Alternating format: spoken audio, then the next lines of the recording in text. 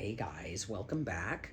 This is part 2 of my series about how I lost 42 pounds as a 56-year-old postmenopausal female.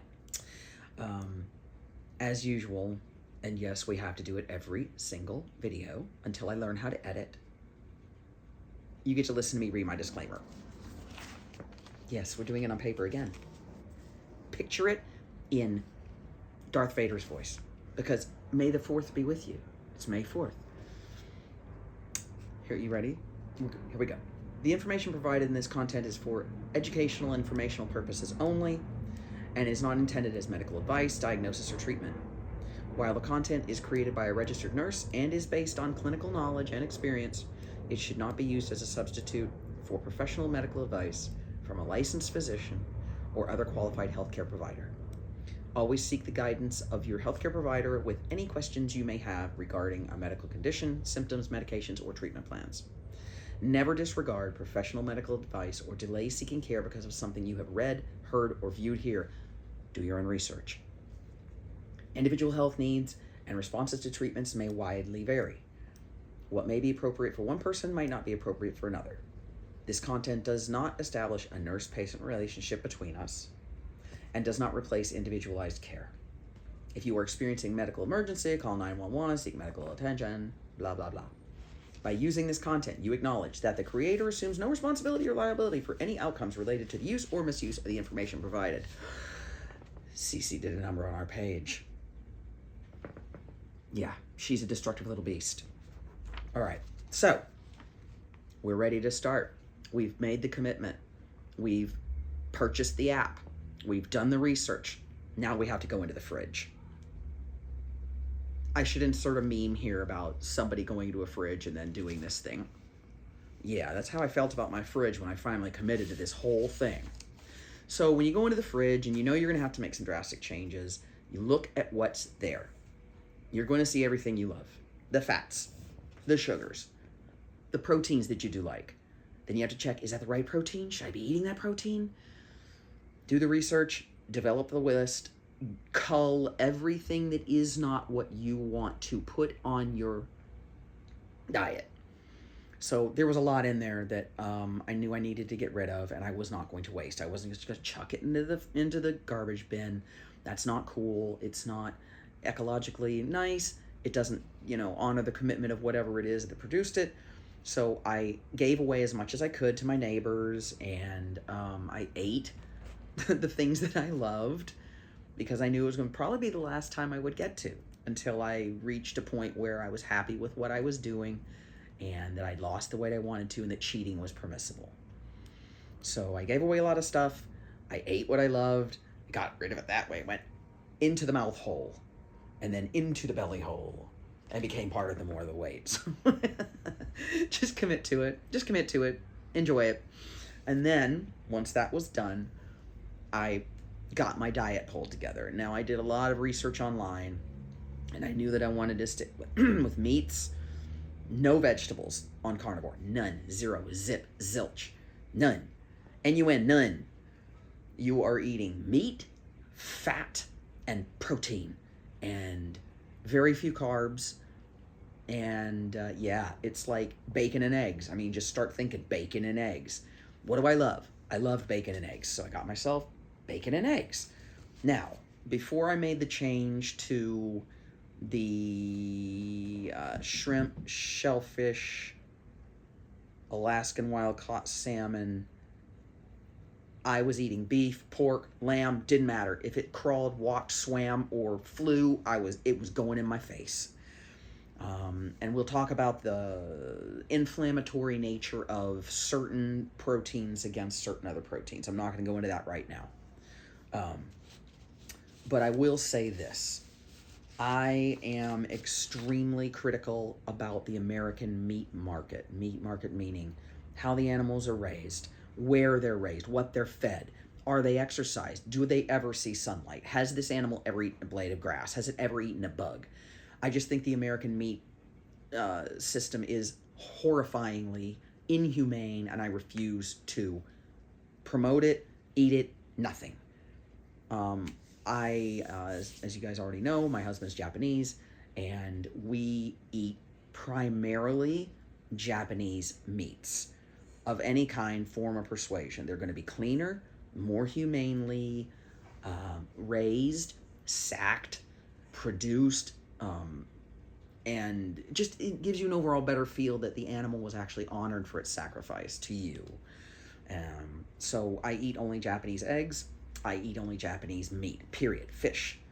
Alaskan wild caught, though. I do not eat Japanese fish unless it says wild caught, and you have to read the labels. This is considerably more expensive, I will say that. So there is a bit of a commitment here, and if you are able to make it, make it. If you are not able to make it, do the best you can, and maybe think about organic, farm-raised, wild-caught, like buffalo or ostrich or anything like that that's well taken care of and well-loved. Even think Argentinian. The Argentinians do a really good job with their beef. It's amazing, too. Oh, my God. Yeah, I like beef, and when it's beef, it's Argentinian beef. Okay, let's just talk about that. Anyway, so the beef. I ate it. I ate everything. Bacon, eggs. I used the bacon grease to cook with and make all my other foods. Eggs, tuna. Used a lot of canned tuna from Trader Joe's. I will do a video along with this, and I'll release it maybe later in the week, showing you all the foods that I ate on the carnivore diet. I'll bring you into my scary kitchen, and I will show you the foods that I ate, and we'll do that together, and that'll be cool. So we did that, and I stocked the fridge with all the good things. I had cleared everything out, and I was ready. Not really. The scale. I don't do scales, guys. I have a little body dysmorphia, okay? Ask any friend that knows me well. I have body dysmorphia. It's not bad. It's not like I hate, well, no, I do hate myself. I've got a real hang up about my body, and I tend to not want to go clothes shopping. I don't like how I look, all those things. And being huge in my eyes is even worse. I didn't want to have any part of it. So stepping on the scale was absolutely horrifying. And I had an idea where I was, but this was like, this is the weight I'm putting in the app. And this is the weight I'm going to be held to for all of my macros and all of my activities and how I talk to the app, the formula app, and how I relate to it. So we did that. Yes, I'm reading my script. Do you like my script? I got a script. You think I'm smart enough to hold all this in my head? Are you joking? Come on. I'll pass that. Right. So, with all that said, I didn't let it stop me eating. I enjoy food. I love food. I love beer. I love entertaining with foodies. Sal and I are renowned for our Sunday barbecues. And bringing friends together and enjoying each other's company. Small penis syndrome. Enjoying each other's company with food and beverage. It didn't stop me. So, I'm going to say right now, I'm not morbidly obese. At that time, I was at 176 pounds. That's what the scale revealed. And I'm 5'4.5". I've compressed, The older we get, the smaller we get. And I have a lot of spinal issues, so I've shrunk. I'm about 5'4.5", 5'4"-ish. So I've got, I'm big, powerfully built, muscle covered with fat. Shh, don't tell anybody. And I was actually quite pleased because the last time I'd stepped on a scale, against my will, I was 185, which is probably the heaviest I'd been since our marriage back in 2000. Yeah, so that was my starting point. And I felt like it was pretty positive. There's another piece of the script. There's a lot of things that we're going to have to change. We're off script now. I knew I could do it because I had committed, and that's what you have to do.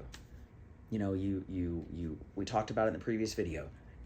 You're triggered, you make the commitment, you change up the things that need to be changed. You go to buy all the fresh foods and the meats and the cheeses and the eggs and the butters, and we're gonna go over all that. Don't worry. I'm gonna give you the skinny. Don't worry. You'll get all the information you need. But it's here too, guys. It's right up here. You have to commit. And when you do, it'll all fall together and you'll feel like you've made that big step. So next video, we'll talk about the foods that I ate. Not that I'm currently eating, because remember, I transitioned to keto paleo. This is about the carnivore diet. But I will go into the Formula app, I will find the products, and I will either list them or somehow link them down in the video description below. Look at all that, and we'll talk about it. Okay, so tune in next time and get more information. Like, share, subscribe, hit the bell icon so you get the notifications for when I publish next. And please remember, everybody watch to the very end. Give me my minutes. It really helps with the engagement, helps with sharing this with people who may need it. And feel free to share it with anybody you think might benefit for this, okay? Until I see you guys again, and we're in my scary kitchen, I say goodbye. And remember, be good or be good at it. But whatever you are, be awesome.